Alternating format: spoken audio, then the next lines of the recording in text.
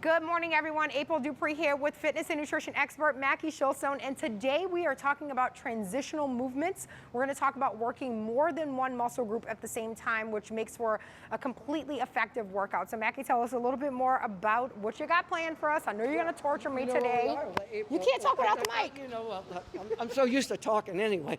Where we are is lovely City Park, and this is where April teaches her classes when it's raining. It just so happened we got caught in the rain. Today, looking at a transitional movement where the upper body and the lower body come together in a dynamic pattern. And we're going to do something that you've seen before. It may look simple, but it requires balance and stabilization. So April does this all the time, so let her narrate. I'll be the one that does it. All right, let's see what you got planned for us. I'm going to do an extended lunge. I'm going to lunge. Okay, so Mackie's going to come forward and lunge. And you notice how that back leg stays straight. He's opening up the hip flexor a lot. And of course, you don't have to get this low if that's not able, or you're not able to. You can see that his knee is parallel to his ankle, reaching the arm all the way up. And this is a yoga move. I like this. Twisted lunge is what we call this. So you can see that he's being dynamic with his movements, with his arms, reaching one arm out, opposite arm down onto the floor. Then he's going into that twisted lunge motion. So this takes a lot of core work, a lot of working that front leg. He's going to come up, slide that left foot in, and then you worked a ton of muscle groups at one time, which I love.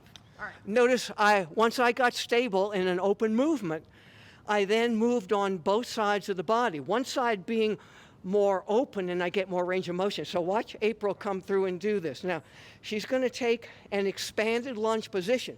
She's going down, she stretches back, she can drop the back knee. Now, notice when she does this. Now, one interesting point, notice that she's looking up. When she looks up, remember the neck is part of the spine, the cervical spine. So she's getting increased rotation. Notice the straight line that she has here. That straight line is keeping everything in line. You can put that knee down. If you could, there you go. And when she drops the knee, let me just show something on the backside here. Her hip flexor. She is stretching out the hip flexor. That hip flexor has been responsible for more low back pain. Now notice with the thumb up. When she has the thumb up, she's activating the back of the shoulder called the supraspinatus. Notice she's got a straight line with the spine. Her head is in a straight line. Now she's going to come up safely. And in my case, I used my hand. Okay. Yes. So these are super effective, guys, and as you saw, I dropped my knee, so you don't have to necessarily have that flexibility in your hip flexor, but certainly something to try and work up to.